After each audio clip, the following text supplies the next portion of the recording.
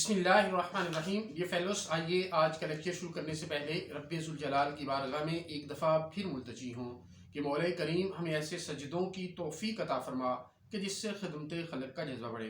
ये फेलोस, आज जो हम टॉपिक हम टेकअप करने जा रहे हैं वो है difference between judicial order and executive order, exclusively with reference to the orders passed by the magistrate.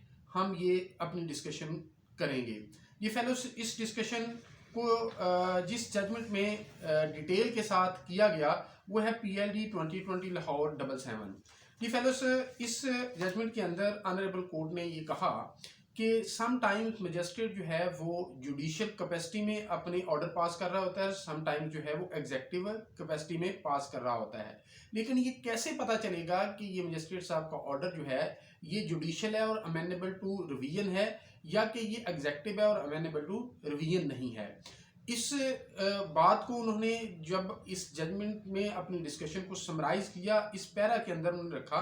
वो पहले मैं आपके सामने रखता हूँ, फिर जो जुडिशियल ऑर्डर के ट्रेड्स हैं या एग्जेक्टिव ऑर्डर के ट्रेड्स हैं वो वन बाय वन देखेंगे, जिससे हम आइडेंटिफाई कर पाएंगे कि ये ऑर्डर जो है जुडिशियल ऑर्डर है और ये ऑर्डर जो है वो एग्जेक्टिव ऑर्डर है।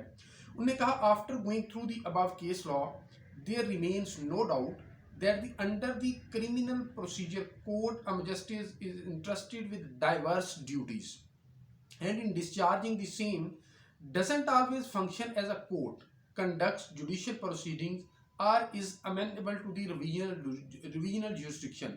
Some of his powers and duties under the code are administrative, executive, or ministerial, and he discharges the duties not as a court but as a persona designator.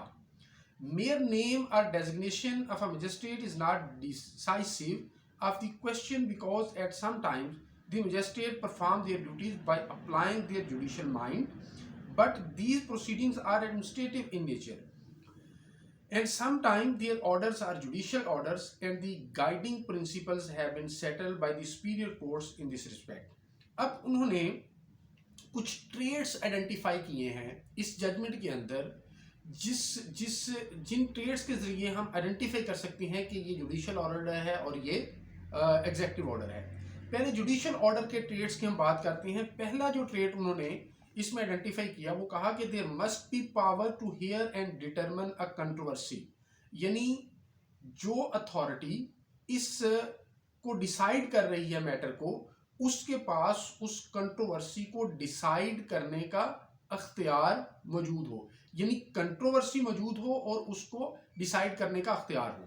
दूसरा, there must be power to make a binding decision, और जो decision पास कर रही है वो उसके पास authority हो कि उसका डिसीजन जो है वो बाइंडिंग हो, सम टाइम्स ये सब्जेक्ट टू अपील होगा, विच में अफेक्ट द पर्सन और प्रॉपर्टी और other rights of the parties involve in the dispute. यानी जो कंट्रोवर्सी, जो पार्टी टू दी कंट्रोवर्सी है या पार्टी टू दी डिस्प्यूट है, इस डिसीजन से उनके राइट्स मुतासर होंगे, यानी किसी की फेवर में होगा और किसी के अगेंस्ट होगा, और ये जो अथॉरिटी पास कर रही है वो उसको उन पर इम्प्लीमेंट करवाने की, एग्जीक्यूट करवाने की उसके पास अथॉरिटी होगी। Number 3, it must involve the doctrine of res judicata which has been held not to apply to the exercise of administrative powers, यानी जो वो डिसीजन कर रहे हैं वो डिसीजन जो है वो रेस जुडिकाटा की जो ट्रेड्स हैं, जो रिक्वायरमेंट्स हैं, उन पर पूरा उतर रहा हो। रेस जुडिकाटा आपको पता है कि सेक्शन 11 CPC के तहत उसके अंदर इंश्राइंड है, उसकी 3-4 ट्रेड्स हैं। पहला ट्रेड ये है कि जो कोर्ट उसको डिसाइड कर रही है वो कॉम्पिटेंट है, और जो क्वेश्चन इन्वॉल्व है वो सब्सटेंटिवली और डायरेक्टली उसके अंदर इन्वॉल्व है, और वो अथॉरिटी उसको कंक्लूसिवली डिसाइड कर रही है, और पार्टी जो है वो सेम है अगर कल को दोबारा मैटर टेकअप होता है।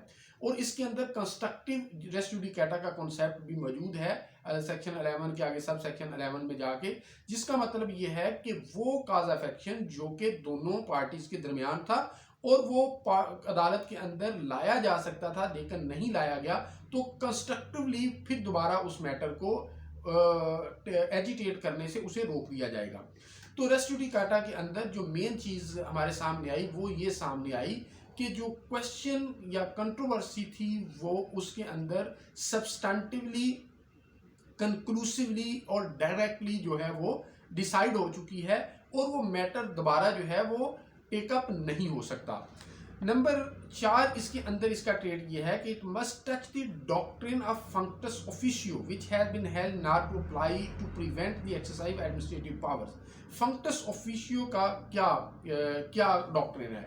ये डॉक्ट्रिन सुप्रीम कोर्ट की एक जजमेंट, इस पे मैंने एक लेक्चर भी रिकॉर्ड किया है, उसके अंदर ये बताया गया कि functus officio literally denotes of no further official authority or legal effect or having performed his office and is used in the context of an officer who is no longer in office or has fulfilled its purpose। यानी functus officio का मतलब ये है कि उसने एक duty perform की, एक मैटर डिसाइड करना था, डिसाइड कर दिया, अब वो उससे वो क्लोज उसके हवाले से पास्ट एंड क्लोज ट्रांजैक्शन है, वो उसको इंटरफेरेंस नहीं कर सकता, उसको आल्टर नहीं कर सकता, उसको चेंज नहीं कर सकता अनटिल एंड अनलेस के on the very strict grounds of review, वो टाइपोग्राफिकल या इस तरह की और ग्राउंड जो हैं वो हो सकती हैं।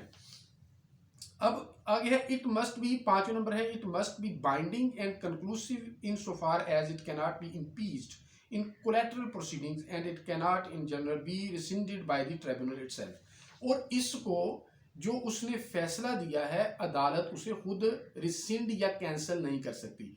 यानी इसके अंदर जो 4-5 चीजें मेन आई हमारे पास से वो ये आई कि कंट्रोवर्सी मौजूद है, वो सब्सटेंटिवली, कंक्लूसिवली, डायरेक्टली डिसाइड हो चुकी है, जो अथॉरिटी कर रही है डिसाइड वो उसको डिसाइड करने की कॉम्पिटेंट है और उस पर रेस जुडिकाटा के प्रिंसिपल्स उस पर अप्लाई होंगे, फंक्टस ऑफिशियो के होंगे, कंक्लूसिवली डिसाइड होगा और उसको वो अथॉरिटी रिसिंड या कैंसिल नहीं कर सकती।